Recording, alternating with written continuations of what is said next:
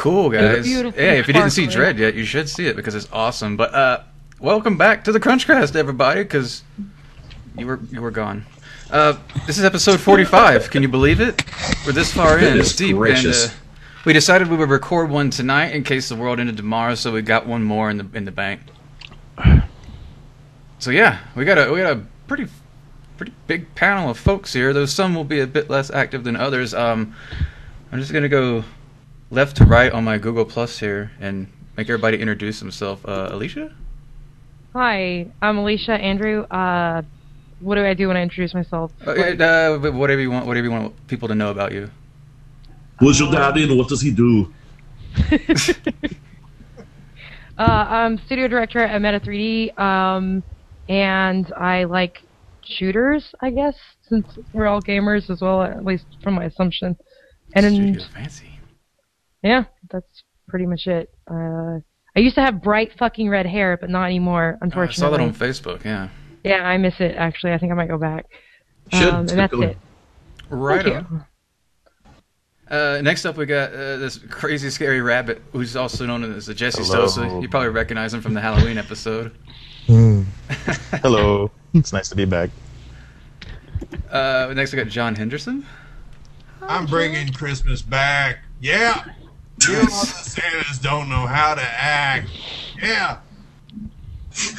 No idea you could sing so well. It's like an angel. And our great laughter is coming from John Jones of the purple hair flavor. Hello, everybody. The end. That's all I got. And then we got Lee. What's up, Lee? Hello, everybody. So that's our crazy crowd for tonight. Uh-oh, he's got a Dalek. So, I was looking at. I was seeing how many seconds we'd go dead there. I just wanted to try it. I was looking at Jesse's crazy bunny head, and Dude, I'm just thinking, like, that's hop so along into my creepy as van. hell.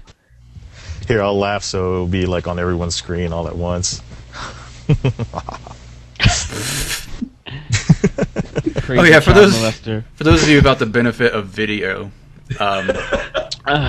Jesse has kind of like a, I would just explain it as kind of a standard run-of-the-mill Easter bunny costume on.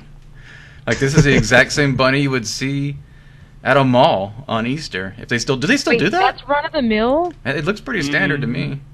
It's a little creepy because of the lighting, of course.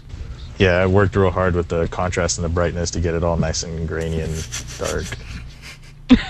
You just turned off your light and there's your monitor. You had to get up and walk all the way to the All light the switch. way. I mean, that's an investment. I gotta understand. Deep stuff. Don't say he never does anything for us. Oh, John Jones is activating Google Effects on us. So let me Uh-oh. deactivate that Ah, shit. ding because that's annoying to people. I'll give some context to Sorry, I didn't realize. I'm going to give some context to Jesse's rabbit. Thank you for getting the joke. You gotta use some Vaseline in there, too. On the video there, Mr. Henderson had a knife and was doing a stabbing motion. So yeah. Do you believe in time travel?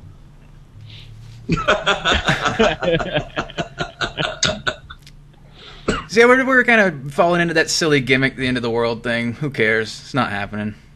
Could happen though. Why not? I question your commitment to sparkle motion. Okay, forget it. Jesus. Well, like, okay, I don't really understand why people take the Mayans seriously when, if they were predicting the end of the world this far out, how did they not predict their own end way back then? Yeah. Well, what a lot of people actually don't know about it, it's actually what it's called as precession. And it's a natural movement. I can't fully. I've got books that can explain it behind me, but That's a bike. yeah, that's a bike. Isn't that Batman's bike? Those books. But it basically is a movement of the stars and the way the Earth rotates, and it just happens on this cycle every so many tens of thousands of years. And this was just the end of one of their cycles, and somebody misinterpreted it. And then later they found a temple that had more versions of the procession from beyond then. It's just a star cycle, and the cool thing about it is those motherfuckers figured it out that long ago. And then they started taking mushrooms and killing people like crazy. Hey, there's even a countdown clock. We're gonna die in 6 hours. Oh, jeez. Oh, really? Yep. It's like all those All those cases of the rapture. Like, how many times was the rapture supposed to happen since 1820? About 34 times? Oh, dozens of times. Oh, I yeah. feel like they shouldn't have released the news about like the next stage in the procession until the day after tomorrow, just to The day after tomorrow. just I feel like a lot of less desirables would be taking up a lot less oxygen between now and then, and sometimes these things can work out in our favor. Are you saying people I'm talking kill about themselves? suicide. Oh, okay. Yes. No, that's fine. I don't. I'm not here to advocate suicide, but less I think people on the Heaven's Gate road. website is still up. I advocate suicide. Fair enough. Dude, the Heaven's Gate website is still online. Which Wait, one is really? that? I remember that. Heavensgate.com. There was 39 people ran a web development service and all killed themselves when a Hale-Bopp came around. Oh, Marshall Marshall Applewhite. Hey, Jinx, show me a Coke. My beer here in Austin. Didn't they all have Keds on? They had like the same outfit in Keds. No, they're Nikes, Or but they're all Nikes. black, Yeah. white. Yeah. Forgot what kind of shoes. Anyway, It's Crazy so thing. tacky. and that seems like a very forgettable thing, but yeah, all those people did that. And There's the a lot of website's cults. still Like, up. there's a lot of And they websites or suck. cults that like to do that. Well, again, it was state of the art back in the time when they killed themselves. They made websites and then they killed themselves, and I'm sure it's under new management now because they're all dead. It was very succinct, John. What if they just paid for their website hosting for? What the hell is that? That's one hell of a contract. Yeah, well, you can get like a 10-year deal. Actually, I would actually worry more about the day the website goes down than I was about the day they said the world was going to end and they killed themselves. Hey, if world- that website goes down very suddenly, that's going to creep me out. The world's according to the Austin time right here, it says the world's going to end at 5:11. So at least AM we or have 2 PM? hours to kill. It says AM. Ugh. So that means you guys have 1 more hour against us. Well, I'm planning to be in the air, so the Langoliers will eat me. Much better way to go. Yep. Actually, I really should have had a 2012 viewing party tonight. That would have been fun. Who hasn't seen 2012 of John Cusack? I actually have not. It I haven't. is hilarious. It is good. It's particularly the volcano scene with Woody Harrelson. He's in it? Is that when the Yeah. super volcano goes off? Yeah. The Yellowstone. Yellowstone. Yep, Oh man. goes off. Yeah, he was great in that. I thought 2012 was a comedy. I thought it was a slapstick comedy on an Earth-size scale. That's how I felt about that movie. That's one way to enjoy it. And I had a great time. I was like, this is great. I mean, look at this. This is ridiculous. It didn't That make sounds fun. it didn't make a bit of sense that the way everything was playing out, every single scene played out exactly the same. It was this enormous amount of destruction chasing John Cusack. And he's always right in front of it. See, that I can actually get behind. That was great. I loved it. I suggest it. I always thought like plague and calamity and disasters followed him anyway, but it's nice to see it serialized into a movie. Well, he's kind of typecast that way. Midnight in the Garden of Good and Evil, Grosse Point Blank, excellent films. And say anything. He's Yeah. typecast as the unintentional harbinger of destruction. Something like that.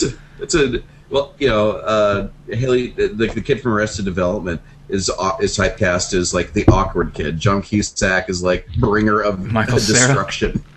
Michael Cera. thank Speaking you. of the I'll end of say the world, Haley did you see the Joel trailer for the end of the world movie? No. No. Fun. It's There's the- like a dozen. Yeah, it's the new. Well, that's what it's called. It's called the End of the World. They give it a red band trailer up now. It's got all those guys from like, shit. They do all the movies together. It's like Jonah Hill's in it. The dude who plays Kenny Powers. Shoot, I'm forgetting everybody's names. But the guy from The Office. It's like tons of dudes that are all like pals, and they're all doing a movie. And there's a hilarious line from the trailer where they're like, "Michael Cera's dead," and he like makes fun of it. It's just. Awesome. I suggest checking out that trailer. It's funny. I can't believe Lee linked it. Whenever I see Red Band trailer, I think this is probably going to be worth it. Yeah. Oh, so yeah, Seth Rogen, James Franco, the guy from The Office, Yeah. the Tainted guy. Yeah, it's got all those guys that you always see together in all the same movies and shows. They're all pals. They just like get together in the weekend and make a movie. You know, they do it all the time. It's pretty awesome. I like most of their movies. Yeah, some people have orgies. These guys make movies. Lame. Cool. Hey, since we're on the topic of movies, I was gonna say, since we're on the topic of movies, I actually just saw Looper. Oh, how was I that? haven't seen it yet. Is it good? Yeah, it's fucking awesome. Damn it. Is it better than The Expendables 2 with Bruce Willis in it? I Expendables 2 is put those badass. two movies I have to put in separate categories. Like you can't really. That's what apples and oranges kind of thing. Okay. Because Looper is this very serious, crazy sci-fi movie, whereas Expendables is, you know, it's almost like his own type of genre. It's like let's just take a bunch of old action stars and do the most over-the-top.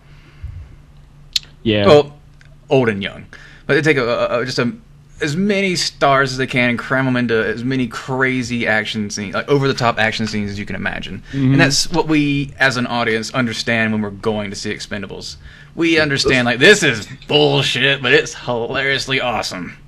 I think Chuck Norris had the best quote in the movie. Which one?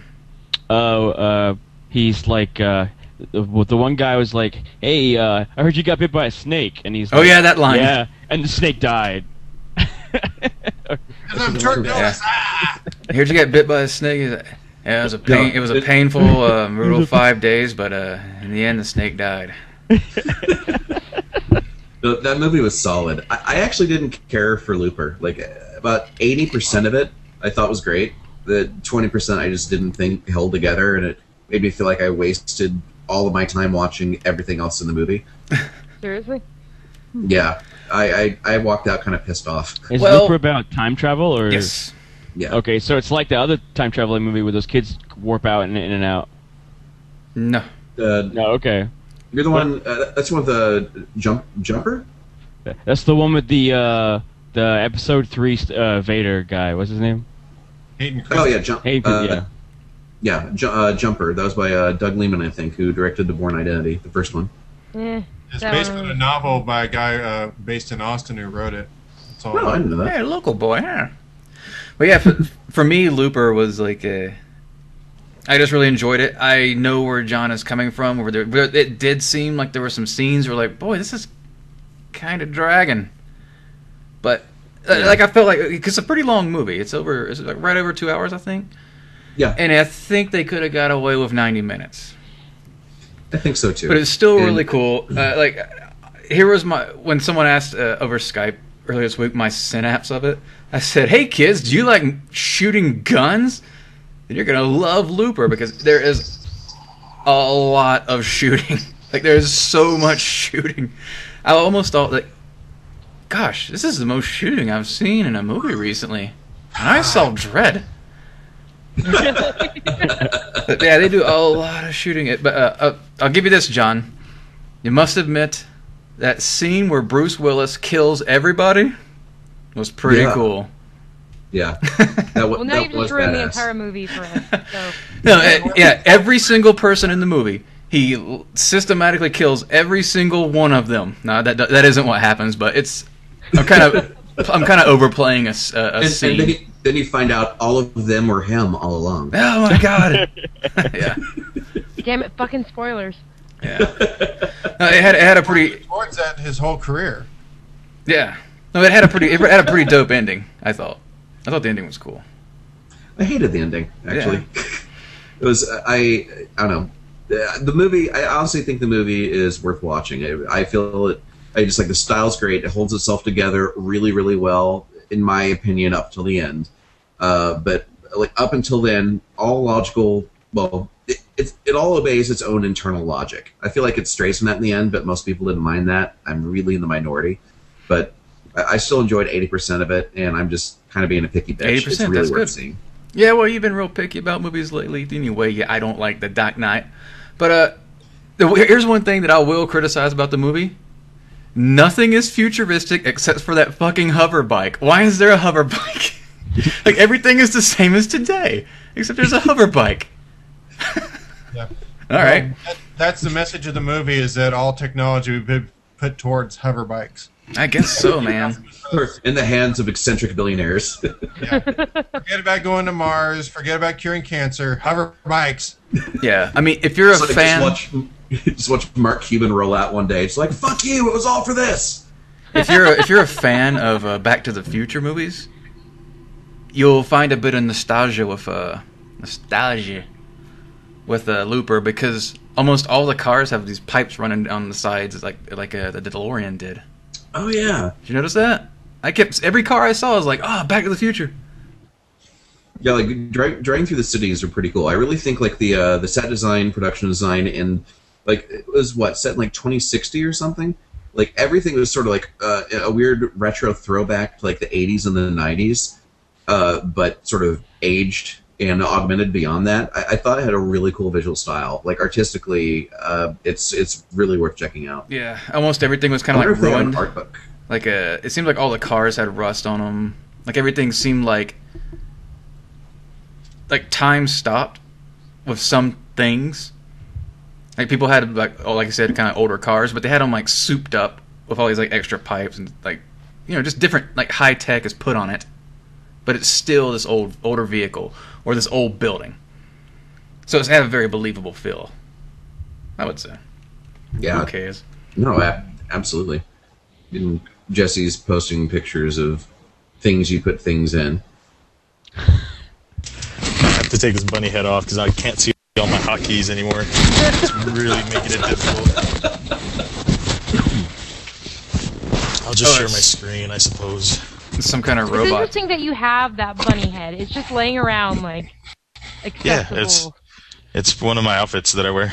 But Jesse, for some reason, has a fucking mask of my face. And Yeah. he's never explained why. Yes. I wear it when I dance around. Seriously? That's Yeah. awesome. Wasn't that from Beer Night? I think it was. It was. Really? Yeah, I think it was from Beer Night, wasn't it?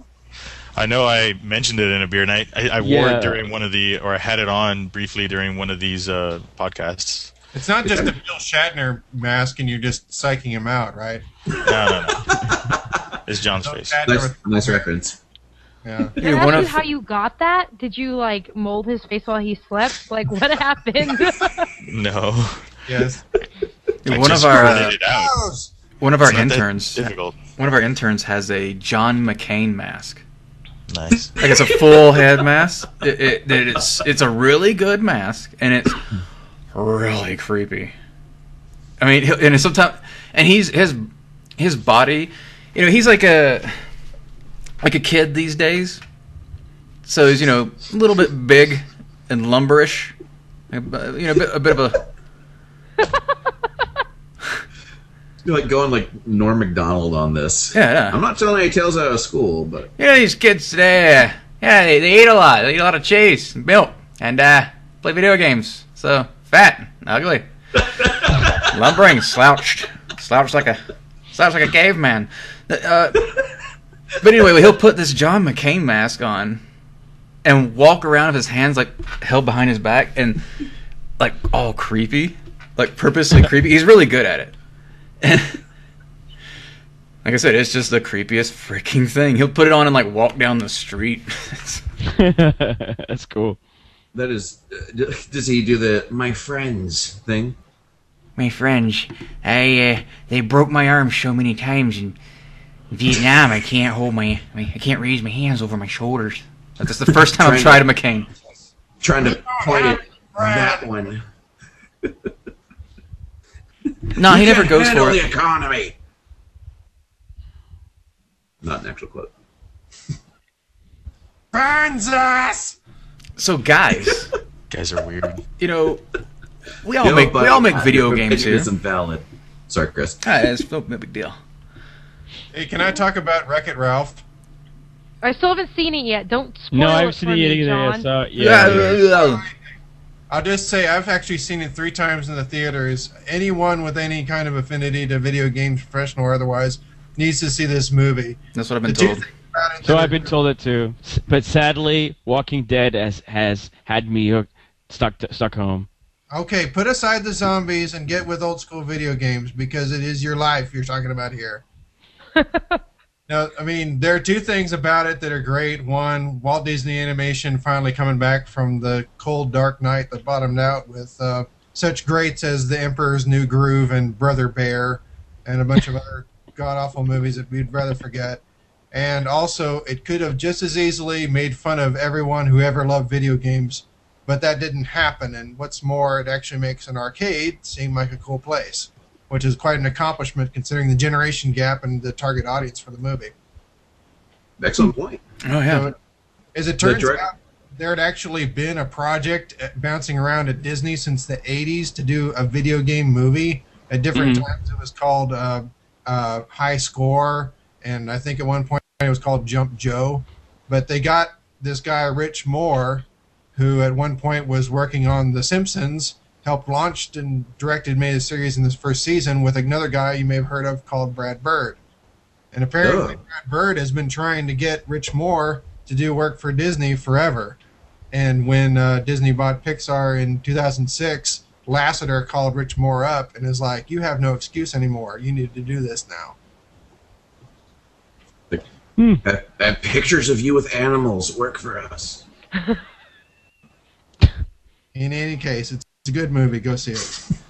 Right on. Right on. Right after the Steam sales, though. Yeah. So that's kind of what I wanted to transition into, was talking about Oh, God, like I Steam said, sales. hey, we're all video game developers here. So we've all, I'm sure, faced at some point the Christmas rush. Like, oh, we gotta get this game done. Gotta get it out. It's about November. One of those kind of deals. Anybody? Bueller? Yes. Yeah, I was actually just about to look up the Steam Winter Sales. There's some crazy shit in there. Oh, yeah. I noticed, I think it was, on Amazon today they put on sale, it was Darksiders 1, the Darksiders 1 Season Pass, Darksiders 2, and all the Darksiders 2 DLC on sale for, I think, $13. Oh, man. It's barely 4 months after Darksiders 2 was released at $60. I was just looking at the articles. In the first month that Darksiders 2 is out, it only sold 247,000 copies in America. I have one. Well, that was Yeah. actually a record for the month of August. Was it? Darksiders did actually break a record. Yeah, it did. Yeah, I remember that, too. I did not know that. It's not that big for 1 month. Yeah, but the problem is it didn't sustain at all. Because people bought it and they're like, Yeah. it really didn't work out for them, and it's unfortunate because Oh, it's Yeah, $13? Wow. the overall backlash of a huge project not doing well, it's cost people their jobs. Yeah, It's- And obviously, THQ has had so much writing on everything that they're putting out. Yeah. yeah. Actually, we can get to THQ in a little bit. What They made games money are you off guys Nexus. thinking of getting from the Steam sales and for Christmas? What's next on your list? Well, first of all, let's talk about the brutal assault on everyone's bank account that is these publisher packs. When you go to some of these Really, publisher I love packs, like those. any of these collections, I actually have only bought one collection, and I Oh bought my God. the Quake collection, or the id collection, and that's it. That's the only collection Yeah. I've ever bought. I've bought a few back in the day, so I have most of these games now, and I don't Yeah. have to worry about these collections. But some of these collections are like, I mean, the THQ collection has, I think it's 23 or 24 games, and it's only $24.99 in the States. that is insane. For all the games that are in there, it's pretty crazy. And there's this one that the Batman Arkham City one is like, oh, they got all that stuff for super cheap. I mean, again, all those publisher packs: Valve, Bethesda, Sega, 2K Indie, Mega Pack, Square Enix, Ubisoft. Each one of these have their huge packs. I'm looking at this right it's- now. Yeah, I'm definitely gonna get 2K collection. Yeah. I kind of wonder, like, who on earth does not have the Valve pack? Yeah, For that's what I the was just Valve about game. to say. You know what I mean? It's Like, a who on really earth does good not deal, have but it? I own every game on that entire list. Yeah. Yeah. I have most of them. I don't have the Dota stuff. Who on Steam does The not Dota have is this? probably the one thing I don't have. Yeah, I was just wondering who on Steam does not have any, like, TF2, or, well, it's free now anyway, but Portal. I think Tier if you 2, have Half-Life 2, Steam, and you have to Portal, have but Orange Box. I never finished Half-Life 2 or Portal. What a Really? weirdo. I get bored really It's like fast. a 13-minute long game. I know. I just wasn't interested enough to finish it. I'll enjoy a game intensely for a short amount of time, and then suddenly I'll just be completely done. Well, you probably the next 10 years, Half-Life 3 will be out, and you'll be playing it by then. It's entirely possible. Years. By the way, quick note: Deus Ex: Human Revolution is on sale for only $4.99. I put, I think, 35, 40 hours into that. That's one of the most beautiful, best art-directed, coolest fucking games I've ever played. If it's $5, it is insane not to. So you should have that Did game. you read the interview with the art director for that game? No! It was a fucking brilliant. Can I cuss? I had never asked that. I'm sorry. No, look. Alicia, shut the fuck up. Yeah, You're not fucking allowed to fucking cuss. I'm inviting you to this good. goddamn show. Fuck. Okay. But no, it was fucking brilliant. And one of my favorite quotes was he was saying that like, unique and memorable doesn't equate shiny. Like making things shiny doesn't mean that your consumer's gonna fucking remember it. It's like you have to create like an iconic visual. I just love that because at the same point in time, I was having to deal with somebody going, well, shiny equals money, so you must make everything shiny. And I was just like, ah! Yeah. I always go back to the old rule of if your screenshot looks like another game, like if I see any random screenshot of your game and go, oh, I can't immediately say, oh, that's blank, then you failed as an art director. Holy crap, that guy has a bird on his neck. That guy's badass. And he's French, too. He's a French bird. By the way, if you get the THQ collection, you also get Nexus. Hey. Oh. So, kids, think of thick. Thick. Thick. THQ. Thick. Oh. It's faster to say. I've been curious to play Homefront. I'm going through this. Homefront, I heard Metro 2033 is pretty good. Nexus, I bought, but to my shame, I still haven't played. Yeah, why? Well, God, they have all the red factions, Saints Row 2 and 3. I still need to play Saints Row 3. I got to see behind the scenes, and I was one of the first people to find out they have a giant purple double-ended dildo you can beat people to death with. I just got that in my version of Saints Row. I just bought it like the other day. Lee, you got your dildo? You bought your dildo? Whacking people like crazy with the purple thing. Virtual dildo. E-dildo, if you will. With Titan Quest, that had some badass art. This is... Oh, Warhammer 40,000 Space Marines in the THQ pack also. Oh, that's a great game, too. God, I had a lot of fun with that. That's some of the coolest blood effects I've seen. Like, he's wade into it's like a huge army of orcs, and you come out of it, you're like drenched head to toe and just fucked up crazy blood. I think it was a really underrated game. This is a great pack. I think whoever did the camera shake and actually tweaked the camera shake whenever you headbutt the bad guys and stuff like that nailed it. Mm-hmm. Oh, yeah. It was Man, there's so many good games in here. I want to get the Indie Super Mega Pack. That is a really good deal, actually. It's pretty hot. Hey, just to throw in one more stupid plug, all the DLC for Nexus went free. Oh, so if you buy it now for $4.99 or in the THQ pack, you get all that shit. So what happens if you bought it? Do you get money back? No, you're I'm just kidding. a sucker. Dude, THQ filed for bankruptcy. Your money is gone. Oh, no. It's gone. It doesn't exist. Damn it! I knew I shouldn't have tried to keep you alive. Damn it! Yeah. Oh yeah, the indie pack's got Amnesia. I always say to everybody, if you haven't played Amnesia, go fuck yourself. That game legitimately scared the fuck out of me. That's great. Like, Yeah, Dear Esther's in there. I've heard Awesome Knots and Bastion are great. Legends of Cave Story Grimrock is in Plus, there. Limbo.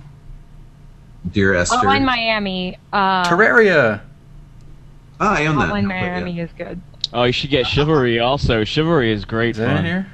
Yep, it's on sale. It's It's not in the pack. I was just looking at this. Yeah. There's so many games in this indie pack that it's like, God, all these are awesome, Wait. and I can't name Wait, them all. Chivalry shipped? I thought Chivalry was dead. what? No. I wish I had a car crash sound effect I could play right now, like on the Opie and Anthony show. Yeah. Like the, Oh, you know that what's really one. good is if you haven't got it yet, is Mark of the Ninja is amazing. I haven't played that, but I watched it getting. Yeah. That was a little late, but I got it in there. No problem. Nice. So I Has can anybody Bethesda. played Faster Than Light? That one was really good. I've heard crazy good things about that. It's really fun. It's good. It's good. I think I bought that one on a whim. I haven't tried it yet. I must be the minority who thought that that game was like watching grass grow or something. Really? Yeah. I kind of liked it. It was peaceful. Like the music was peaceful. Like the gameplay was engaging, and it was. I liked it, and it was good. And it was balanced, weirdly enough, for randomly generated content. Oh, okay. Impressive. I saw. Oh, you know what I saw? I was at the Intel LAN party. Was it last weekend? Weekend before last, and the guy behind me had the Family Guy game, and it looked so good. I've heard it's great. Oh, it looked just that they were playing multiplayer, and it looked so much fun. So if I see that on sale, I'll definitely have to get that. Yep. But it was cracking one-liners every now and then, and there was all kinds of references from the show that was going on, and it just looked really like whatever engine they used, they really nailed the tech as far as the cartoon goes. That's awesome. I always love seeing a good translation. Yeah. I've heard great things about it, but I don't recall ever seeing like it advertised at all. It's just been pure word of mouth. Oh, it looks like it is dropped in. Oh God.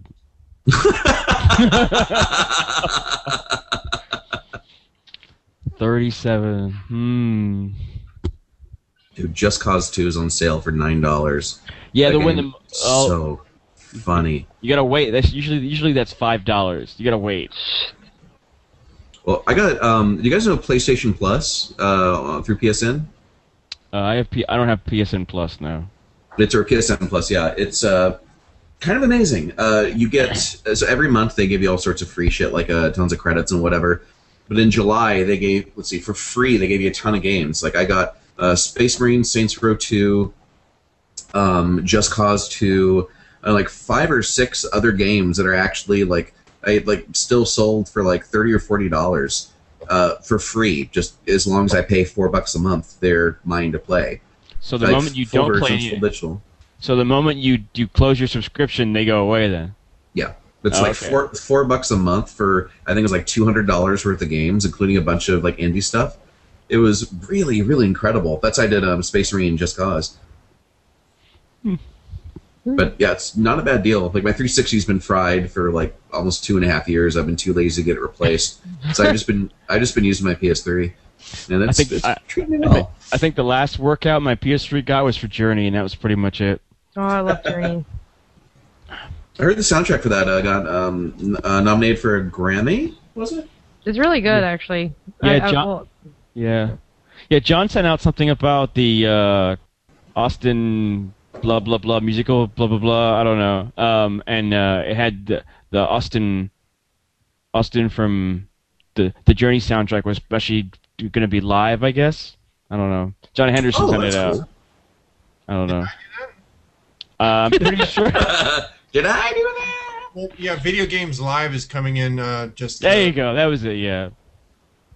I like that show, except that Tommy Tallarico needs to not do this Carnival Barker routine. I'm just coming there to listen to music, not watch this short guy run around on stage and act like an ass. God, I remember old school video game, like Game Pro back in, like, I don't know, shit. Oh, Game Pro, yeah. that's a good- 1989 or something. I don't know when it started. But there used to be these ads that had him in it. Yeah. And it was like him like sitting there leading, looking cheesy as fuck. I feel because it was like, yeah, I forget what he was wearing, but it was probably acid wash jeans or parachute pants. Yeah, he was clearly dressed for the times.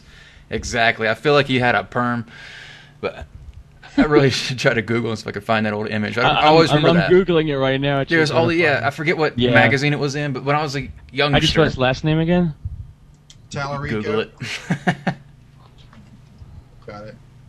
But yeah, he's been around for fucking ever.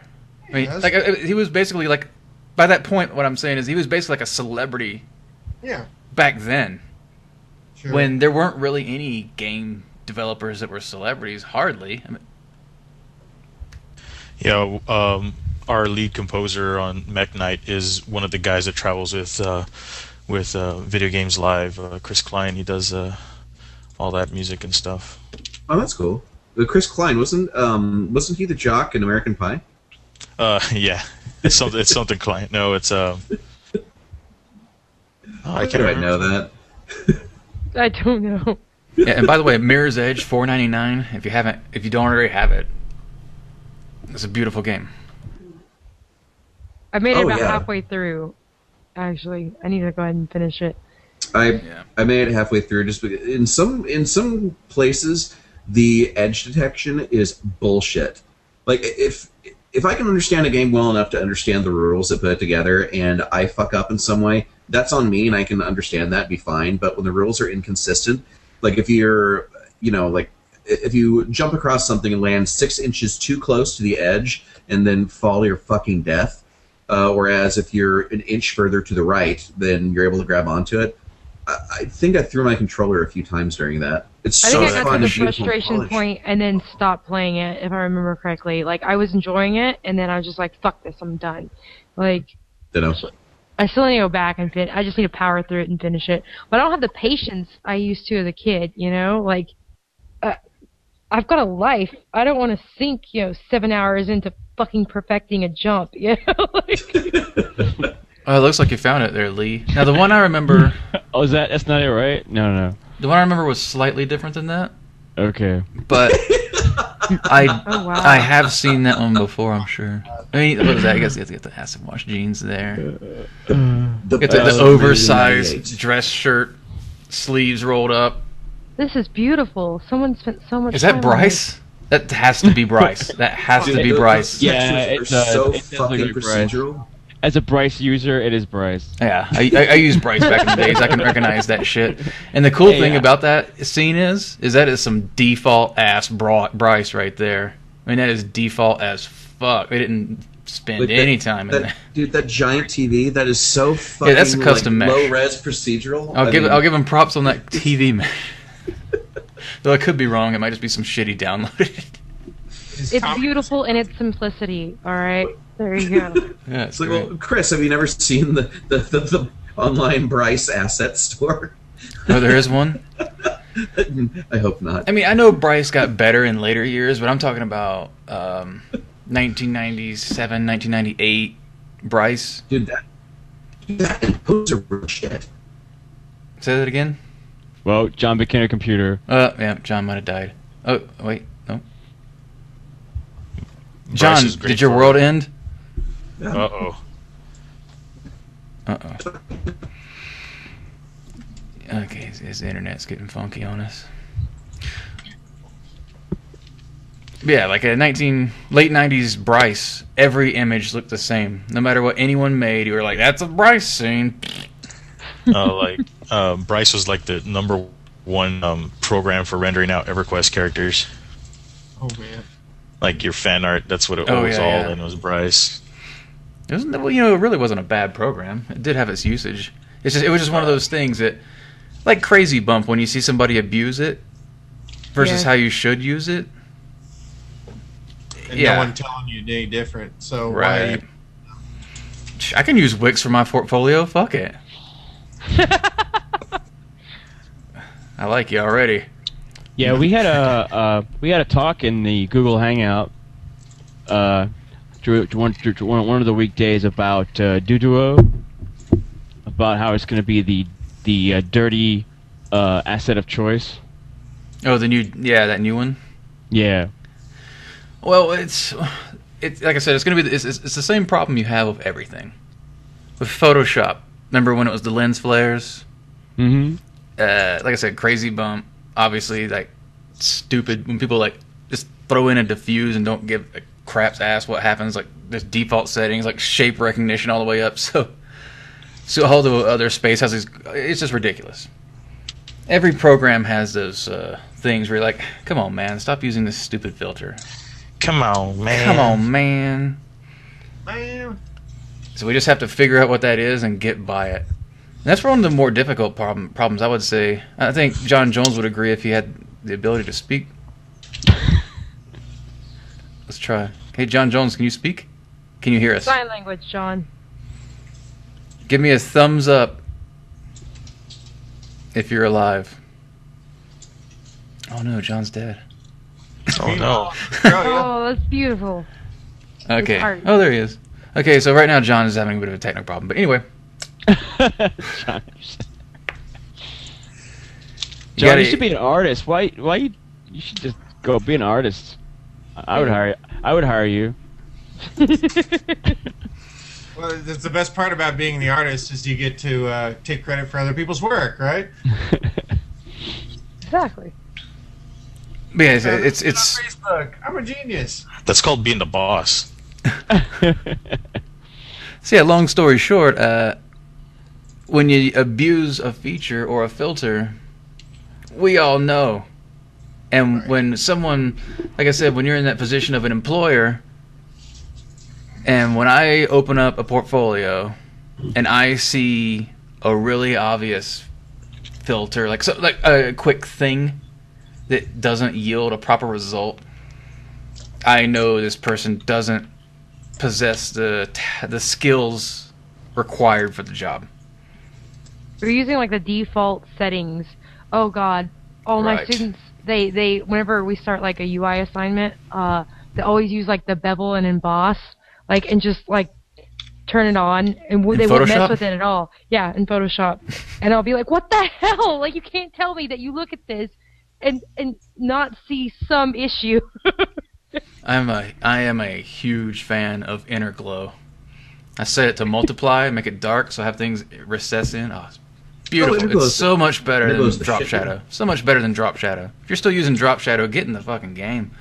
But yeah, no, it's exactly. Well, it's really just, it's like a set of tools. You've got to play around with it and figure out what works for your end goal. Like, you can't just turn a bunch of things on and go, oh look, it looks brilliant, yay!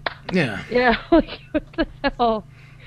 No, it's very difficult. It takes, you got to really learn the program. You can't just blur into it. And like, I see it all the time. Okay, here's some like a trash can or some bullshit where you can clearly see that diffuse was just tossed right into crazy bump. You see the shape recognition where the around the wireframe where there should be just blank space. You always see that height, that like the things that are there are raised up. Yeah. It's hard to explain if you don't understand normal maps, but it's whenever I see that, it's a dead giveaway, and I go, okay, this person doesn't understand high poly baking to low poly, and therefore we can't use them. And it's really that simple. Well, I think it comes down to like understanding what you're actually creating too. I mean, that's the problem. It's oh well, I've seen somebody else do this, so obviously if I follow this set of steps, it'll look badass as well. And I'm like, no, what are you trying to do with it? You're trying to make glossy buttons or like a fucking rusted piece of metal. Like, there are things that you need to do to replicate that. It's like, it's a real world thing. Right. It's not just a set of filters, like they're just, I don't know. No, I feel frustrations and art direction frustrations. Well, Alicia and I were having a great conversation not that long ago about how she, as a manager, would rather take someone who's a little bit weaker visually, but can actually, at least follow procedure, not just direction, but a procedure. Like, they can actually think their way through a new problem solving. Yeah. I would rather, problem solving is the most undervalued skill, period. Like, amen, sister. Period. Like, I get so frustrated because it's kind of like, look, if I have to explain every single step of a process, it doubles the time in which I'm invested, in this. Just fucking think. You put it so eloquently. I have my own anecdotes on that. This has happened to me multiple times, just because I'm so old. I've had, people come to me and they're trying to get in the industry, and they say like, hey, I can't, like, what's the question I'm looking for here? They ask the most basic things and can't wrap their head around the most basic things. Like there was someone in particular that I had a very long sit down talk to. And I actually, he's not a bad guy. He's a good guy. Just dumb as a poop. And I always wish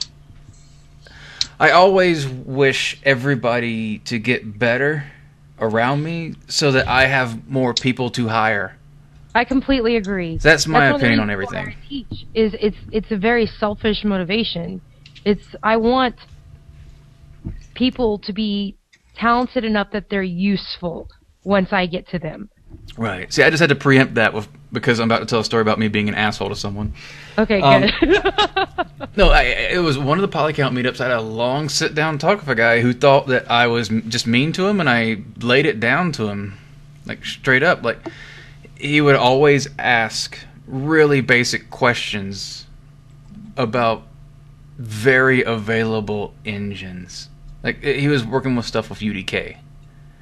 And to be honest, with UDK, as much documentation documentation that Epic themselves have free on their website, plus all the available tutorials that are out there, Eat 3D, probably 3D Motive, just YouTube. Yeah. There's thousands of hours of YouTube tutorials on everything in UDK. There's forums. You could just search for shit. Every issue that you've run into with UDK, somebody else has probably already ran into it. Because this is an engine that's been around since... When did Unreal come out? 1997 or 1998? One of those years. 7. Nice, thank you. So yeah, this is how long people have been working in this damn thing.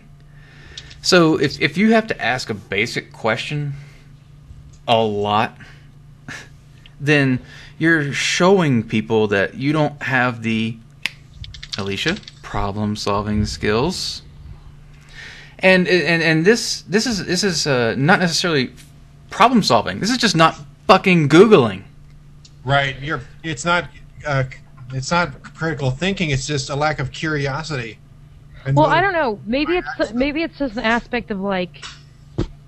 I don't know when you got into the industry, Chris, but it's like 1997. when I started there was I didn't have schools. I didn't have. They did not exist. Options. Nope. No, it was all the community, and so when I decided I wanted to be a game artist, it was like I had to I bought books, I stocked sites, I basically learned because people were nice enough to put shit out there. And I hunted and scraped any knowledge I could get. And I guess I have tough. as a result, I don't have that much. I find as I get older, I'm losing patience. I don't have any patience for that. It's kind of like, look, you gotta, feel free to ask me questions, but at least have made an effort to kind of figure out something on your own, you know?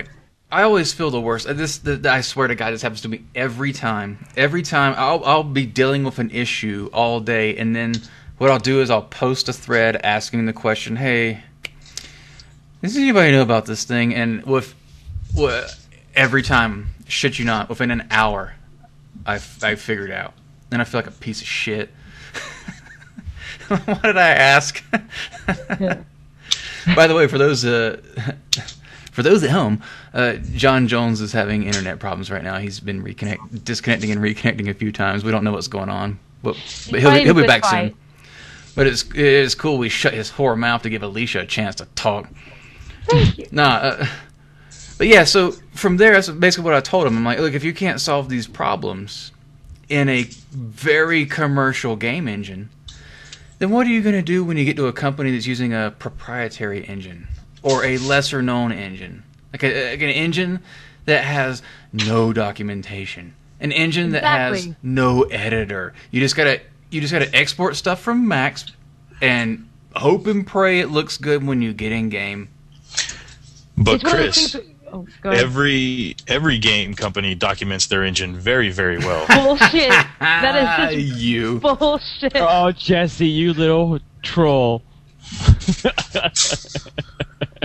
I'm just gonna throw a shout out there real quick to a guy I worked with because of a documentation that he wrote. I was a new hire at Mythic for Warhammer Online, and Peter Lipton was the, I guess, like art lead, environment art lead, or whatever. I don't know.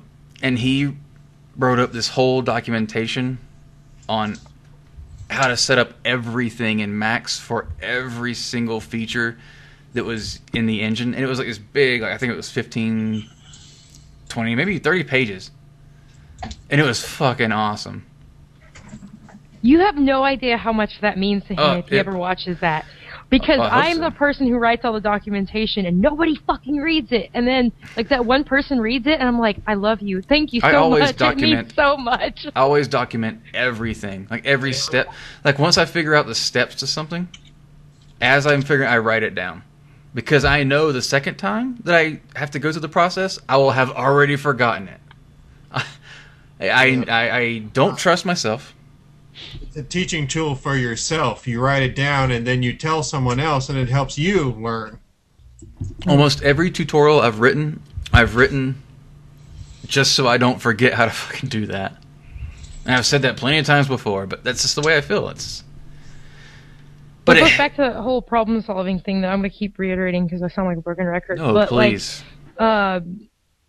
It's like if you start on a new engine, you start on a new piece of software, what do? You figure out, like, you find that small nugget and you get just enough information to figure out how to do that, and then you branch out, and that's how you freaking learn it, right? And it's the same with anything else. Like, you know how many times I've been handed a situation where somebody's like, yeah, I have no idea how this works, figure it out, and then I have to just use common sense, you know?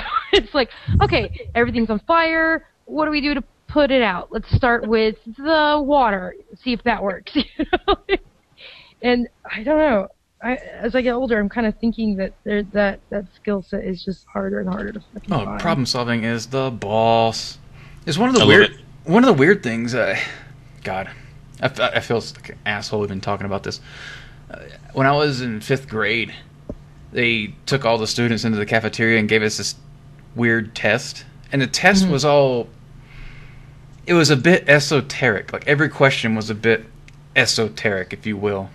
Like, they would show, like 4 random patterns and say, like, which doesn't belong. And, like, weird questions like that. Yeah. Which is completely off the wall for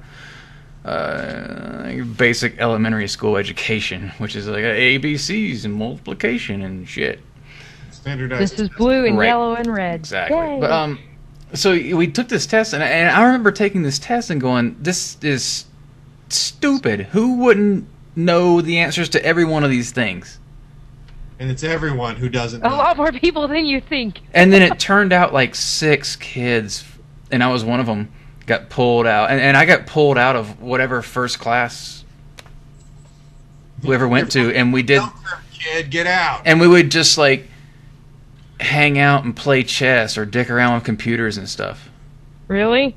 That was gifted. Yeah. It was awesome. Yeah. When I was in 3rd grade, I was at, like, above college reading level, and they didn't know what I was in a small town, so they didn't know what to do with me, right? So they're like, okay, Alicia, it's reading time. Go ahead and just hang out in the library for an hour. And they would just send me to the library, and it's like small town libray, so it's like I had Hank the Cowdog books and dictionaries. Right. That was much it. I think it's one of those things. It's not that or like they said, they call it the gifted program or something like that. It's like you're not. I don't think kids are really smarter than any other kid. It's just that they have a certain knack for things. Like, oh, this, you have a certain way of like you like a kid, like take a kid who's like amazing at sports. Yeah. That's a level of intelligence, but it's a different type of intelligence.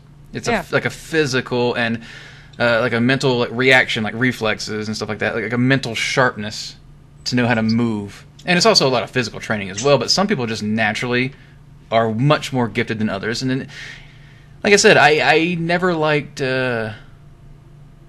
certain types of math, but geometry, I was a whiz. Same here. But yeah, and so geometry. that translates straight to games and physics. Yeah, because I was at dinner the other night with a buddy of mine, And I said, like, here, I said, let me explain to you how the retarded things that game dev and geometry has done to my brain. And then I just started counting off powers of 2, starting with 2, and just duplicating numbers up to, like, 6 digits for him. Just, like, rattling them off. And I'm like, this is the stupid thing that I know because of video games. You know, the whole 2, 4, 8, 16, 32, 64, 128, blah, blah, blah. That shit. Mm-hmm. 56, 5,024, 2,048, 5,192. Yeah, that's exactly what I did. And I'm like, yeah, that's a stupid thing that I can do. And somebody might go, wow, that makes you so smart. I'm like, no, it's just terrible, dumb things. It's repetitive exercises. I'm so used to doing that. Not really problem solving, but apparently John Jones's computer... the end of the world happened to John Jones. John Jones is dead. John Jones is dead. Oh God. A tsunami hit John Jones. It was tragic. The second floor apartment. We've actually censored the camera so that y'all don't have to see what we're seeing. It's horrible, actually. Yeah, we've censored the audio of his screams as. Yeah, they're horrific as well. Yeah. Yeah. Oh, you guys are so snarky. I love you guys. Weird. Beginning to look a lot like fishmen. Oh, that song's gonna be stuck in my head for days, and it'll make me so much happier than the Christmas crap. Everywhere you go. Thank you for that, Chris, by the way. I like that. Oh, well. Chris or John? No, you're the one who posted the Fishman. Yeah, I'm just singing along. Yeah. Oh, right on. Well, what about your parents? What do you guys want for Christmas? Wait, there were 2 questions happening. Okay. What were you saying there, John? Well, when you're talking about your own, when you're growing up, your own aptitude for geometry and physics or whatever, what were your parents' role in all that? Did they encourage you in any way? My dad was the science teacher of the school I went to. Okay. That's one thing. Nerd. Shut up. I No, bet he was an asshole to me. Like, other kids would, like, call him and ask him for help, and he would, like, yeah, it's, you know, you can do this or this on the homework assignment. And I'd be like, Dad, can you help me on this homework? No, it's unfair. Can't help you. I'm like, screw you, Dad. This is not fair. But other than that, like, we were kind of left to our own devices. We were expected to be good kids, and we mostly were. So. Yeah. I was kind of the same way. I was just a good kid. I graduated high school. That's pretty much smart enough. No, my parents would buy me the video game systems, and when I graduated high school, they gave me enough money to buy my own computer, and that's when I really started into modding and getting into games. So I would say my parents never really held me back in any way. My stepdad was a bit of an asshole with he would say things like the Nintendo messes up the TV and I shouldn't be using it. Really? Because he doesn't understand how video connections work at all. My dad and I actually played, I got the NES for my 7th birthday, and it was supposed to be a gift from me. And my dad ended up playing it just as much as I did, and we would fight over who got to play it. And it would basically come down to who had to use the bathroom, all right? And you would just hold it, and then whoever, like, caved, they would leave, and then the other person would snatch it from them, you know? And it was just like that every day. Yeah, it's kind of the way it was with my mom. Yeah. I loved it, though. I grew up and I got to play the same games that my dad and I, like, he and I don't bond over a lot, but we bond over games and books. And that's pretty much our whole relationship is games and books. So yeah, we played the hell out of Left 4 Dead together, you know? Man, playing a modern game with your dad, that's pretty cool. Yeah, he plays with this clan called the Old Slammers, which are a bunch your of dad's in a clan? Yes, he's in. No, and that's the thing too, is they're always like, we'll get into the game together, and they'll always be like, "This is your daughter. This is so nice that she's playing games with you." I'm like, bullshit. I'm the one who forced him to play multiplayer. Like, he would not have even tried it if I hadn't, like, held him down and made him do it. And but he plays with this clan of old ex-Marines and their wives, and there's like grandmas who play that game, and they'll be like, "Hi, honey, it's time. You should you should, use your health pack because there's a mob coming, and it's just this adorable little old lady who's saying this, and you're just like, this is awesome. This is so different than, the 14-year-old boy. But yeah, we play together, and it's fun. I like it a lot. Right on. Hey, one of the things that I thought was super fucking cool was when I got the NES, my grandpa was dope as fuck at Duck Hunt. Really? Like, he could destroy Duck Hunt. He would just be like, pap, pap, pap, pap, killing ducks. He was a duck master. Yeah, well, he comes from another time.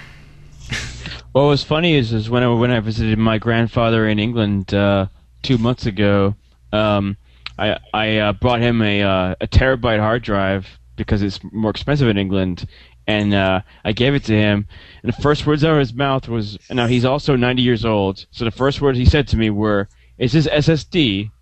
And I was like, "Wow." That's funny. Yeah. I was like, well, I would have got you an SSD if you really want it. No, this is fine. Do they make terabyte hard SSDs? And I was like, yeah, it's a little bit pricey right now. Yeah. You buy a whole computer for what it's worth. Like, I want to get my porn on something super fast, and you handle it. It's like watching my mom pull out her iPhone from her very, very traditional Mexican dress that she wears with the big like parrots and stuff and all the embroidery on there. She like pulls out her iPhone, and is like checking her Facebook and stuff, and puts it back in. I love that. Actually, I love that whole like. I think it's fucking awesome. I Skype with my parents all the time. My parents were actually what got me into Skype because my brother moved to Kuwait, and for a while we had trouble. We weren't going to see him very often, so they're all like, let's everyone get on Skype. So my family Skypes together. That's cool. I should get my family into that. My mom has no idea what's going on with these computers. She texts me sometime on the phone, which is pretty cool. It's like, oh, nice. But yeah, like that could be a whole new world for her. I mean, she came out to visit last summer, and I was showing her cat videos online. I'm like, here's the whole reason to be online. Oh God. Cat videos. Yeah, right before my mom passed, I introduced her to Stumble Upon. Oh, that's a good one. Yeah, and I figured that would occupy like the majority of her time. She loved it. I would introduce my mom to Reddit. Oh God. I think that would be good for her. Wow. Oh no. Yeah, I introduced my sister to Colonel Meow over oh my God. So I love Colonel Meow. So she subscribed to him. Colonel Meow and Tard the cat, man. Jeez. Oh, we're living in a good time. Golden age. This is a golden age of cats right here, bro. You know what? They're the epitome of what we have to offer the universe. People are gonna look at this video 50 years from now and they're gonna be like, oh, God, I wish I could have been there. Like when it happened. We were I was watching some of the end of the world stuff, and they were talking about times when we consider the ancients to be primitive and all that, but then when you look at us and we're just watching like cat videos and shit like that, I mean, it's really kind of makes you think as to who is the most primitive, since we have to rely on a lot of technology and things like that to get us through the day. Well, the question of that is, how long does technology really last? Like take a car. A car just sitting out in the woods somewhere. Yeah. In about 50 years, it's gone. Done. A ship under the ocean's gone too. I mean, that stuff. But you look back at some of the monolithic stuff, like in. Well, that's the stuff that survives. Well, but look at like overpasses, and there are some like construction entities that will last a really long time. I think it's the intent. Like you're talking about. Elements that aren't designed to last beyond like cars are not designed to last. Oh, absolutely. 30, 40 years. So, that's a different scenario than like a monolithic structure. Most roads actually aren't meant to last. Because that's why they have to constantly rebuild them. And one of the major disasters in America right now is America's bridges. There's so many bridges. But from what I understand, the newer ones are designed to last much longer. Oh than, yeah, yes. Oh, absolutely. Yeah. I'm just saying that there's so many old bridges out there that are just. Oh yeah. And so many old streets are just in like, deplorable condition. But that aside, have any of you been to Hoover Dam? No, I've never been. Hoover Dam is one of those sites. Is it the one in GoldenEye? Yeah, that's it. You're spot on. Hoover Dam is one of those sites that is actually built to last. And if you actually go there, they have a bunch of stuff engraved in the stone, just like a lot of those old, like say in ancient Egypt, you can find hieroglyphs and stuff. Mm-hmm. Like they have a bunch of things. God, you'd have to Google it to find everything, but I swear they have information like carved into the stone there, like about the solar system, like actual real information is carved in there, and it's supposed to be there permanently. And it's the idea of a future society. Like the idea behind the original construction of Hoover Dam was they said this: if it lasts, then we need educational information that not language based. It's all symbols. It's something that you could translate, which is the idea behind, like, again, a lot of the ancient cultures that had like the the Babylonians have the original, like the very first carving of the solar system.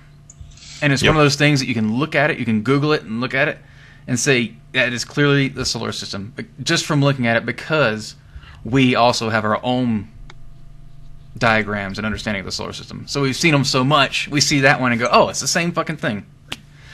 And that idea of translating without language is what all the ancient cultures did, and that's what they did at Hoover Dam. And that's the idea. If you want to pass something down, if there was some major disaster, some rocks still might last, and some people might find them and be like, what the fuck is this? Yeah. 1,000 years from now? Yeah. It's like, what is it, Galileo that has all the astronomical charts and stuff that they sent out there? The one they shot into space. Yeah. Yeah. Voyager before that. Voyager has a whole bunch of human recordings of random, like, baby crying and simple math, just to show that we are a culture that can do these basic things. Yeah, it's so the aliens can destroy us faster. Right. Know exactly where they came from. There's a path. Yep. Here we are. Come bring your ships. Yeah. Yeah, actually, I just Googled Hoover Dam symbols, and you can find a bunch of wacky images. Enjoy yourself. Isn't there a seed vault as well, where they're actually like they're housing a bunch of different? There's a seed vault. Is it in the Arctic or the Antarctic? It's in the Arctic. It's one of those crazy Norwegian places, if I'm not mistaken. Yeah. Whatever they do up there. It's a smart idea. Yeah, if I recall correctly, that's. It's 800 miles south of the North Pole on the Norwegian island of Spitsbergen. Damn, I'm pretty good. Nice. Facts are so cool. I know, actually. I can't remember the shirt I'm wearing today, but I can remember that all the seed stuff is in Norway. Your shirt is not important, Jesse. The seed vault is. There's times where I go to Walmart and I have to make sure I'm not just wearing boxers, you know? I have to look down and be like, oh, thank God. Man, I wouldn't be the so first much person tonight. at Walmart. I learned about people at Oh my Walmart. God, you must go to Walmart not just in your boxers wearing that Easter Bunny mask. Please, please do this. That's your Christmas present to me. You can follow me around. We should do that. Yes, I would love that. Guys I'll can just hold carry hands. a shovel. Oh, well. Hey, Chris, I have a question for you. Let's go. So, as a new hire or a person looking for employment, how important are ideas in this portfolio? question. No, that's It's the whole reason we were doing this tonight, I think. not the really. end of the world was tonight too. It's the end of the world, bruh. You know, Yeah, man. As much information as we can before the end of the world. This poor guy No, this is good. sends us this question. So tell me. No, here's what I was about to do. I was actually about to do a BRB because I had to take a PP. Oh. Okay, yeah, I let's gotta go pause it. too. Okay, double BRB. And No, it's a ladies' room. Delicate. Okay. To our viewers, it would be instant, though, right? She's gonna use her whole roll of toilet paper. Shut the fuck up. That is so sexist. You know, That's a good line. you know that I can endorse that one. That there are certain truths. And that's one of them. I know guys that do it too. When you're like in an office, if you're at a game dev studio and it's like a group of like 6 guys or something, and then you go to the bathroom and there's a full roll of toilet paper, and then you go back like later and that thing is done. You're like, who the fuck? Yep. That's not, like I said, it's know, not it's a men or women thing, but it's always one of those where just take a shower right after. You can save on toilet paper. Dude, that's the best way to go. Take a shower right after. Anyway, be right back. Just take a shower. Not right after you eat a lot of corn. Just saying. And with that, we should go. So according to Giant Bomb, the Hoover Dam has been featured in 9 different games. Nice. Yep. Duke Nukem Forever. All right. Yeah. Fallout New Vegas. Enslaved. Fallen Earth. Ben 10. Well, shit. Transformers the game and Vigilante 8. Man, that makes me want to put the Hoover Dam in our game now, so we can be on this list. Yep. Fallout New Vegas, I mean, it's pretty much like the centerpiece for the entire game. Oh, it is? Okay. There's like a 3-way standoff between factions that want to take it over because it powers. It's like the only thing from the old world pre-nuclear disaster that still works and can produce electricity for the entirety of Las Vegas like it does now. I am going to go get some water. And you can have a fight on top of it is the best part. John, you need to put your hat back on. My head was getting too warm. That is no excuse. Yeah, okay.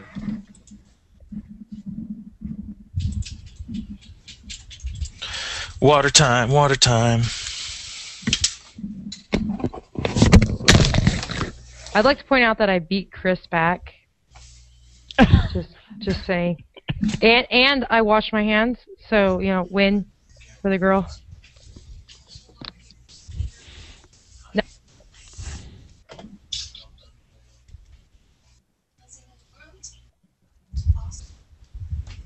At least if we die, we'll go on styles. Yeah.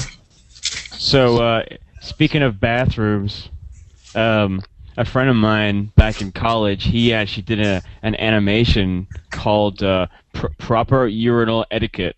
And if you search for it on Google, it's actually really funny, and it explains about the men's bathroom.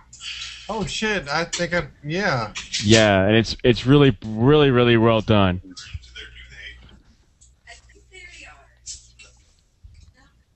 Actually, are they not? Actually, I think so. All right, actually, guys, I'm really starting to fade, and I need to be up in another 4 hours so I can on the plane. So. Yeah, John's got to hop on a plane in a few hours, so we can excuse him and thank him for being here and all his fancy Right now, hats. it's the same day as Japan. All right, safe travels for the holidays, folks. Good night. Bye, John. Good night. Bye, John. Alicia. Have a good holiday. Thanks for joining us. Call it. Yeah, thanks for having me. Okay, that's enough of the hat. Hello. Hello. Did we lose John? Yes, we did. God, thank God he's gone. I'm just kidding. He's one of my faves. All right. So what I'm doing here is I'm loading up that question again. Now that I'm back. You're talking about the idea, the too long didn't read. Basically, do companies / people care about ideas, or does everyone only care about the execution and result? Yeah, I know how I'm gonna answer that one at least. I think that there's a lot of God. This is the answer to every question. It depends. Are we recording? Yeah, we still are. Oh, okay. Okay, I'm ready. Just tell me when.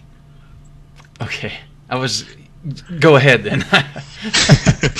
What I was gonna say was that yes, I can always find potential in new people, but you have to at least have some finished products. I mean, so at least I know you're not just a lazy dumbass, kind of thing. Like, you just have to. Now, you can. I understand that new art, or I should say, more modern game art. Say, for instance, characters.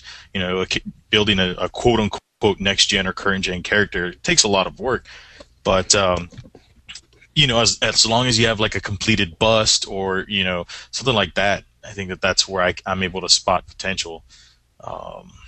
That's just me personally. I still will actually like to see some finished products. Not everything has to be finished, but there needs to be some. That's all. Awesome. Yay, go me. You have any thoughts on that, Alicia? I kind of agree with you. It depends. Like, if he's talking about ideas, like, I had this really cool idea for this, like, 3-legged woman with snake hair and 4 eyes, that's awesome. It depends. I want to see that somebody has, like, a good foundation and, I don't know, has some creativity, I guess, is what he's talking about when he's talking about ideas. Sure. But, yeah, like, being able to finish a product is important as well, because it's kind of like, I work at a contracting studio right now, so it's like, I don't have enough time to take somebody with a lot of potential, but that doesn't have a lot of experience and train them up to the point where they're usable. So, Yeah. It's kind of like how much of my time is going to be spent getting you up to speed because I see a spark in you, whereas I'm probably going to see a spark of creativity in somebody else and the ability to bring it home, Does that make sense? Mm-hmm. Yeah. Yeah, it really does depend on the environment, the project, and the company that's looking at it. There's some studios that can take their time, and some studios that can teach, and that's okay. Like studios that have stuff that's really documented, you can Yeah, spend if I had a a week. larger studio, like that would be. If I had a larger studio and I saw some a lot of potential in somebody, I would be willing to invest that time, especially if I had somebody who's willing to, help them and train them and take them under the wing. But like at a small scale, you don't have that budget. It's hard. But with my studio, I just want people to hit the ground running. I really don't have the time to sit here and train people to do certain things. I just have to understand that I'm like, hey, make me a building. That they will make me a building. Yeah, we have a similar thing going at Ophonic right now. We basically just give people shovels and say dig a hole. Yeah. Don't tell them how. Just. That seems like a theme. That seems like the theme of the night. I mean, we'll hook them up with some basic information. I mean, it's like one of those things, like on Nexus we use the CryEngine, and if they had a question about the engine, it's cool to ask. It's like, hey, hey, where is say you made a bunch of rocks for a level, and they say, hey, where are all those rocks? And you can tell them where they are. Like, that kind of stuff is really simple. Or, hey, how do you set up a blank? But as long as it's not happening all day, like every now and again, a nice, little tip here and there, that's useful. Because that'll give you the chance to, like, on top of just giving them a little bit of advice on it, you can throw out a few other things. Oh, hey, this hotkey and do this thing. And I always like to throw in those other little bits. Yeah. Like we get a guy, one of our new guys is a Maya guy, and I just showed him extended primitives in Max today, yesterday. One of these days. And he was like, wow, neat. Who knew? And it's just fun to be able to share that kind of knowledge, but beyond that, he's he's like really focused and quiet. He doesn't like ask questions all day, so that's what you want. You want a guy who can communicate for those certain things, like, hey, I'm having a problem here, but he's getting it otherwise. Like everything else is great. Well, like I teach in the class that I have right now at Gemini is awesome. Like I love them. Like they take notes. Do you know they take notes? You know what? But there was a place I worked where when the lead would come around and give you a feedback on the stuff you're working on. Yeah. I would always have Notepad open and write down everything he said. That is awesome. And one time, that is badass. One time he said, he's like, "You're the only guy that does that. I really appreciate that you do that." And basically for me, it was like what I was saying earlier about documenting everything I do, just because I'm an idiot and I'm going to forget it the second time through. Yeah. My mind is not occupied by processes. Yeah. We got to focus on this. We don't need to remember all this shit all the time. So we write it down, and then you know where to find it. Yeah, but it goes back to the class that I currently have. Like, it kind of goes back to that whole idea versus like execution. Like, they're still learning how to execute, but they always end up having like really cool ideas, and it also there's something else that wasn't mentioned in that question, but like a willingness to learn. Like, and not just, you have a humble attitude and you're willing to take critique or you're willing to take instruction, but like the hunger to, like, somebody shows you one little thing and you go and you hunt the rest of it down, like that's really important as well. Yeah. Oh, I agree. And I look for that with my students. Like, I value that a lot. I like that to go beyond departments as well. Like, if there's somebody, okay, if you're at a small company, this doesn't matter. But if you're at a large company, you might not really be directly involved or on the same floor as, say, design and your own art, or vice versa, or whatever, programming, animation, whatever. Big companies, things get spread out. Sometimes you need to follow up. Yeah, if a designer came up with an area and you're the artist that's populating that area with assets, it's probably good you have some communication. But that's just I just had seen that happen somewhere before, so I just wanted to throw it out there. But I wanted to get to another part of his question, was the thing about like companies or people caring about ideas, as in like you coming up with your own things, I guess. Is that what you picked up he was saying, or?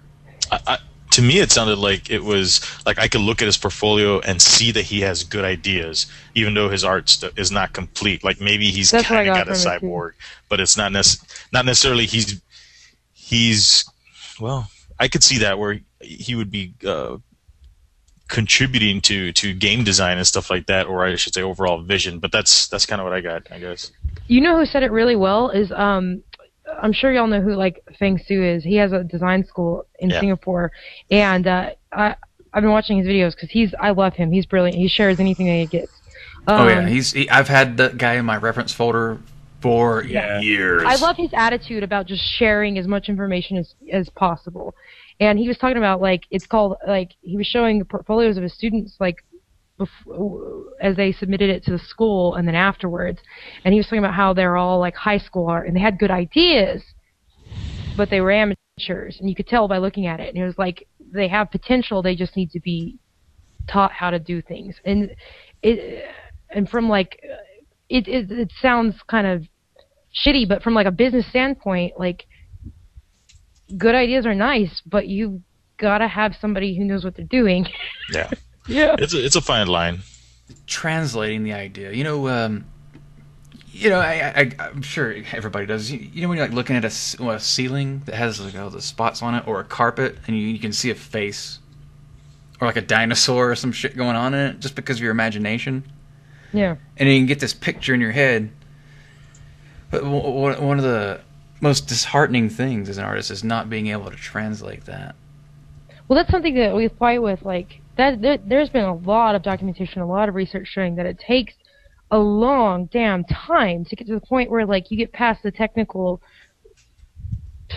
freaking basics. I don't know how else to say it. Like, right. It's like 10,000 hours, 10 years, whatever the rule you want to call it.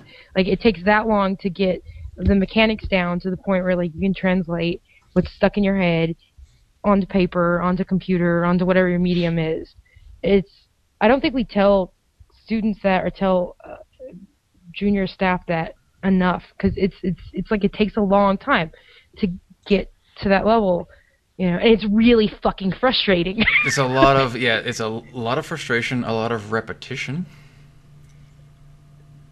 So, yeah, it's like when I was a kid, we did karate, and one thing we'd do is we'd stand against a wall, or until your balance got good enough, you just stand and hold your leg up and throw side kicks without putting your leg down, and we'd have to do hundreds of them. But it made us fucking good at side kicks. Yeah. I mean, when you're making game art, you're gonna repeat yourself a lot. There's been individual games where I've made literally thousands of individual textures for them. It's so much of the same thing. You know how many times I've made a brick wall? That's something else too that I keep encountering from a teaching standpoint is like I get kids and they'll like stock CG Hub or conceptart.org and they'll look at veterans portfolios and they'll be like, and they'll get frustrated because they'll do an assignment, right? And the entire intent of the assignment is just to teach them a tool set. It's like, hey, at some point you're gonna create awesome art. Here's one way that you can do it. And they'll be frustrated because they're not creating like David Levy caliber art. It's like they didn't fucking draw that way in the beginning. Come on, guys. Like the reality check, like everybody draws shitty horses in the beginning. It takes a lot of fucking horses to get a good damn horse. I usually tell people when they ask me about effects, I usually say just like start out with fire or smoke or something simple. Some sparks.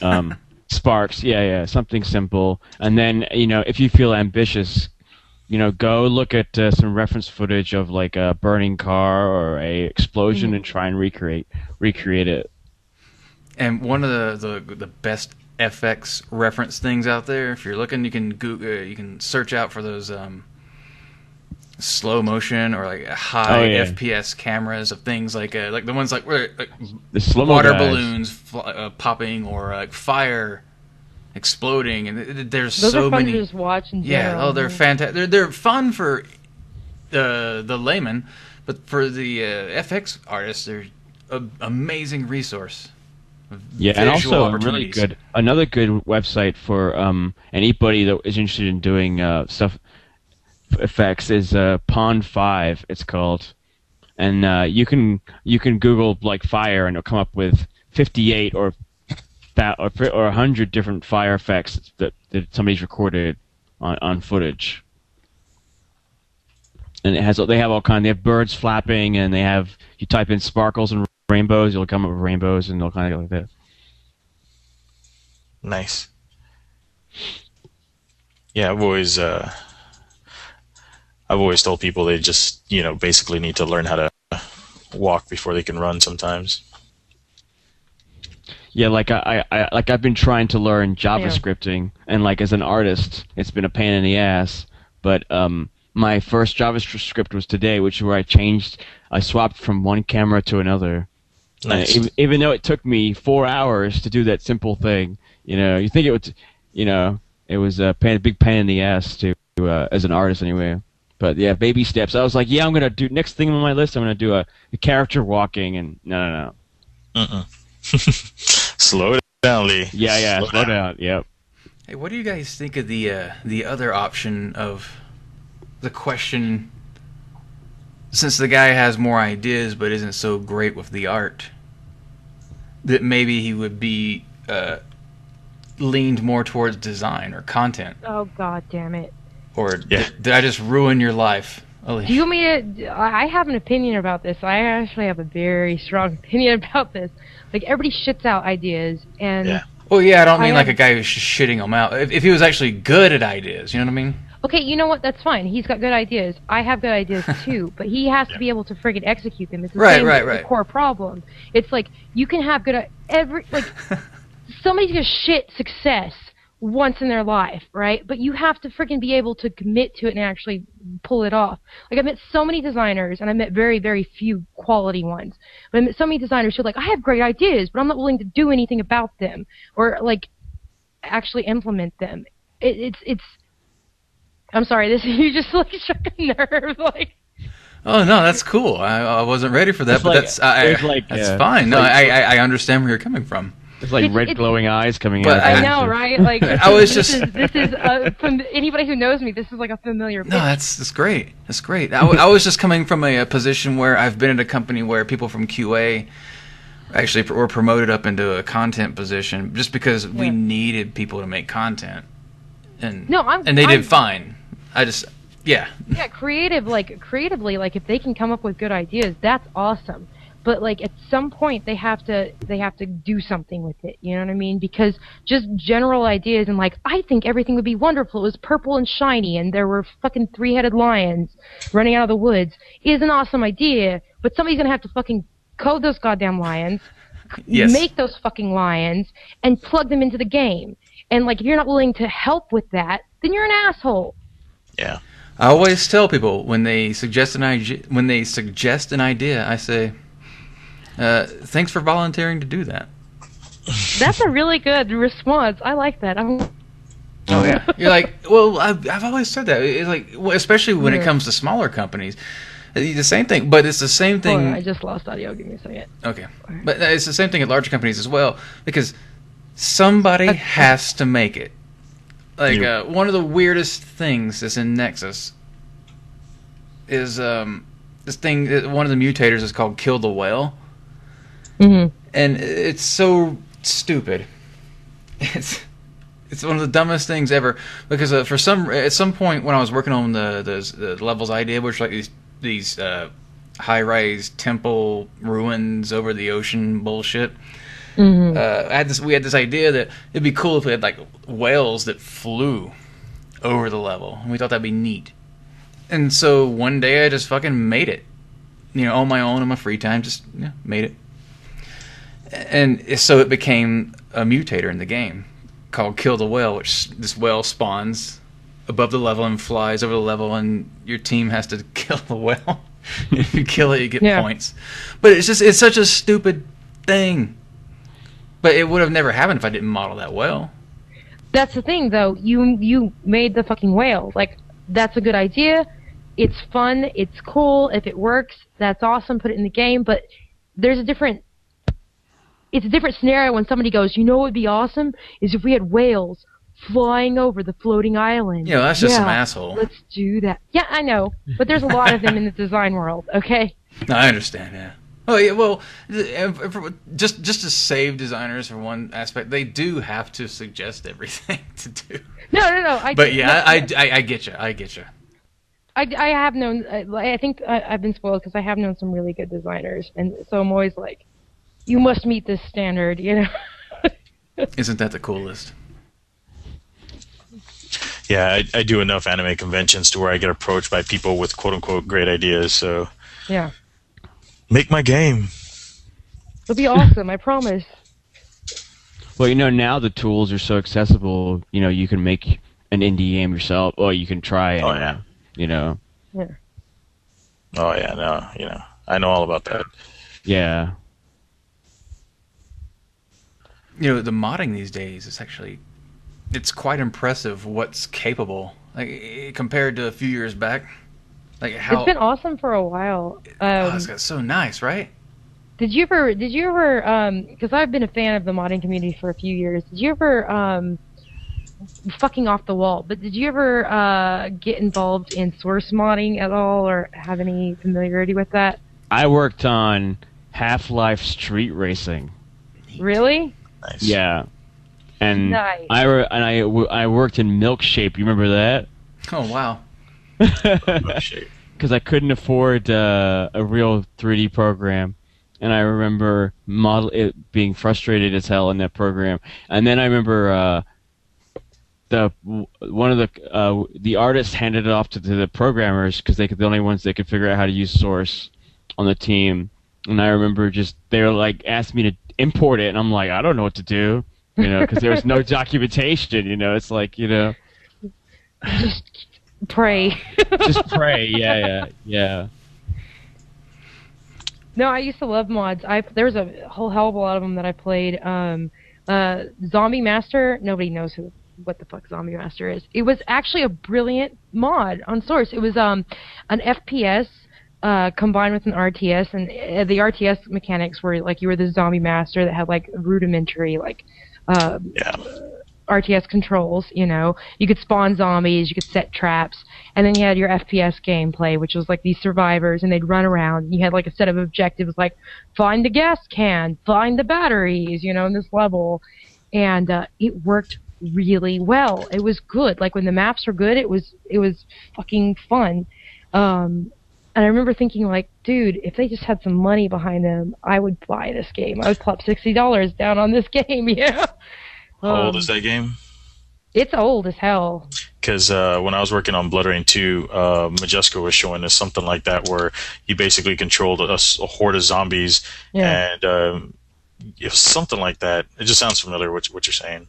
Yeah, there was another one called The Hidden where you played as like an invisible guy who would stalk these, like it was a team of 5 or 6 Wait, guys The with Hidden? guns. Yeah, The Hidden. Oh, yeah. they were playing at the LAN party last weekend. Yeah, it's good. It's fun. Yeah, like, it looked really fun. Yeah, you're playing invisible. At Source. Yeah. And you can stick to walls for a short amount of time, and you have like a knife, and you can make like creepy sounds, and basically you hunt down the squad that's trying to find you and kill you, and it's like really tense. It's like a very tense, creepy game, and it's all just a mod. And I remember going, just capitalizing on some of these ideas, you know. Yeah. Did anybody play Black Mesa Source? Yes. Yes, I waited for that game. Yes. I've been waiting for that game since it was announced. I put a beating on that game. I loved it. I am a huge Valve fangirl, hardcore. Like, so it was perfect. I sadly have not played it, but I downloaded it ready to go. It's a great game. They took out all the crap Zen parts and gave it a more abrupt ending, but I think it was a more appropriate ending. Mm-hmm. Well, they're actually working on the Zen level. So the story is that they ran out of time, but they wanted to go ahead and release it with what they had, and so they cut it off when you transport to Zen, and they're working on the Zen ending right now. And they said it's going to take another year of development, which it's probably going to take like 2 or 3 years of development. But I tweeted about being sad about that. Really? And they replied with like a frowny face. I was like, I had to teleporter, and then there was no Zen. I was sad. I'm kind of happy with that. I didn't like any of the Zen levels. The Zen was stupid. Yeah, I didn't really like it. You know what I hate the most in games? You know what I hate the most in games is when they spend an entire game training you up on all these different things, and then right at the very end, they change all the rules. Fuck you, game. Aw. Yeah. You and your standards. Take What that, the hell? Sly Cooper 1. Or even worse is giving you the BFG, the very last level of the game. No. No, you shouldn't get that. You should fucking have to like fight to the end. Yeah. Did y'all ever play Opposing Force in the original Half-Life? I actually like that more than The Half-Life. Yeah, The Opposing expansion Force pack? was really awesome. Yeah. Yes. Oh. Actually, just very recently, there was the Steam summer sales. Yeah. You know how they have all the main front page crap, like, oh, look at this game and this, but there's a lot of other games that there's hundreds of other games that don't make the front page, and if you search, you can find, like, just think about a game that you wanted to buy and search for it, because it might be on sale too for some ridiculously low price. And at the last summer sales, I got all the Half-Life 1 expansions that I never got, which is the Blue Shift and Opposing Force, right? Yeah, and there's a couple others, but on PC, it was Blue Shift, Opposing Force. Yeah, and so I played both of those, and it was they were great. It's like, oh well, I can get these for $1. Yeah, I've bought all those like I don't know how many times. Yeah. God. Oh, fuck. Nobody here has played System Shock 2, have they? Very little of it. Damn it. That is literally my favorite game of all time. I didn't have a good computer at the time. Wow. Yes. All time. I staked that into the I got ground. way many 2 games. way too many games in my all-time list. No, that one still remains top. Like, I haven't found anything to conquer it. There are, like, competition for, second and third place, but yeah, that one. So what's second and third place then? Damn it. Okay, Deus Ex, the original, and it depends. Like, do we quantify, like, entire series, or does it have to be, like, a single game? You could do a series. Okay, well then Just I say... say what you want. There's no rules. No, there's no rules, no. No judgment. So I'd say probably, Mass Effect would fight with Deus Ex for second place, and then Half-Life would probably sit up there too, And then Half-Life 2, it'd probably fight. So it's like the second tier is like a clusterfuck of games. Well, I think an important factor is you mixed console and PC gaming, possibly, even though you can get Mass Effect on PC. Do you really want me to answer this? Because I might ruin your theory at this point. What? How did you play both of them on? I am a PC gamer, hardcore. Yeah. I don't. I play console games, but it's like it has to be a game that I think inherently is designed for console. That's fair. So no Halo 4. No, I like Halos. I like the Halo series on the console more than I do on the PC. I just It was designed for console. That's why. Exactly. Yeah. Thank you. Exactly. Well, whereas Black Ops is really for PC. But I'm also like a fan of shooters, so that's kind of what I was born and raised on. So I'm always going to gravitate towards that. Yeah. But like Mirror's Edge, for example, I have it. I own it on the PC. Somebody gifted it to me, and then I have it on the console, and I play it on the console because it's designed for a console.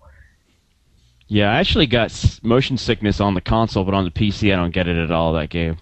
Really? How big is your television? 46. That's probably why. That probably has a fact. Well, every game developer has a humongous TV. I don't. I have a. Well, it's like 37 46 or something. is not humongous anymore. Please. I do, and I sit really close to mine. Yeah. Nice. Well, the thing about I have a friend TVs... who has a 73-inch television and a 60-inch, old, tube big screen right next to it. He uses that to watch, Scrubs while he plays his games on the 73-inch television. I'm like, what the fuck, dude? I have noticed, though, we have a old 46-inch, and it's almost, 3 years old, and I have noticed there's no ghosting at all, but then on my friend's TV, he has one of those nice 120 hertz 60-inch TVs, and there's ghosting like crazy on his. Yeah. So as the technology gets better, the ghosting increases. I've been listening to a bunch of tech guys lately, and I might be wrong on this, but they're all talking about just get a projector anymore. Because of the nomadic lifestyle of a game developer. Mm-hmm. And the fact that projectors these days, well, it's just this little box. Yep. The size of an Xbox One. Probably costs as much as, or probably costs less than right. But the bulb is the one that costs the most, though, if the bulb burns out. Sure. I mean, that's the downside. But I mean, a TV can fuck up too. So. Oh yeah. That's the argument. I mean, but yeah, the idea is, I mean, I have a big ass stupid TV, and it's light as hell. You can pick it right up and throw it over your head, no problem. But it's gigantic, so moving is more of an issue. And when yeah, my throw it on top of the truck, it'll be good. Yeah, throw it on the truck. No, fuck it. Yeah, put it up there with the gerbils. Yeah, I have a 65, and that thing is lighter than some of my friends' smaller LCDs. Isn't that weird how a giant TV is light?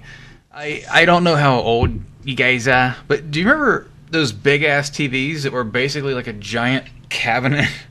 Yes. You mean I grew up with those. Yeah. And when they the died, you TVs. didn't throw them away. You used them as furniture. Now it's a furniture. Now it's over. Yeah, it's because it's a beautiful cabinet. Exactly. There was a lot of care and time taken to make that. Yeah, a lot of those things were like, man, look at the woodwork on this. Yeah. Ours had a record player on top of it. Like you would, exactly. You would lift it up, and the record player was on top. I swear to God, ours did too. We just covered it with a tablecloth, and then it's great. It's a table, Yeah. We actually had our TV on top of that TV there for a while. Yeah, exactly. Yes, Jesse. Oh, Jesus. I've done that. I grew up with that. Dude, okay, check this out. My mom, she still had that old ass big honking. Like, I mean, this thing was humongous. It was as big as my desk. It was this ridiculous big fucking TV. It was, great for putting flowers and stuff on. But, she had that for, ever. And one Christmas, I went to like a Costco or whatever and bought a really nice, like, big fucking flat screen TV. She probably wasn't happy with you. Oh, they loved it. But, and then, that became the TV stand for the awesome TV that I bought them. Nice. And it hasn't moved since. It's the TV stand. The old TV is the TV stand, and it also has the DVD player on it, the VCR, all that shit, a bunch of books and fucking crap.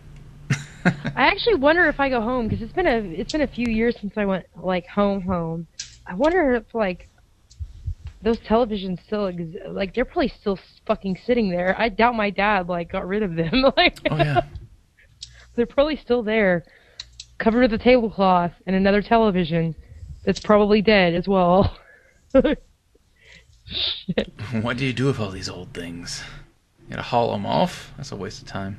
No, hell no. That's effort. So awesome. What do you guys think about wrapping this one up? I'm pretty good. I hate this show. Cool. Yeah, Jesse doesn't watch We should this. see your rabbit head one last time for, finality. Let's see.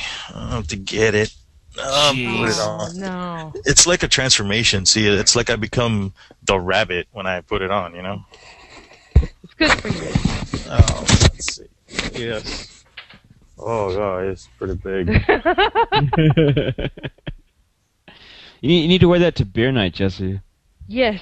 We need to have our, Oh god, that's so fucking creepy. our Halloween. You need to beer walk night. around. You need to walk around the bar and ask people for money.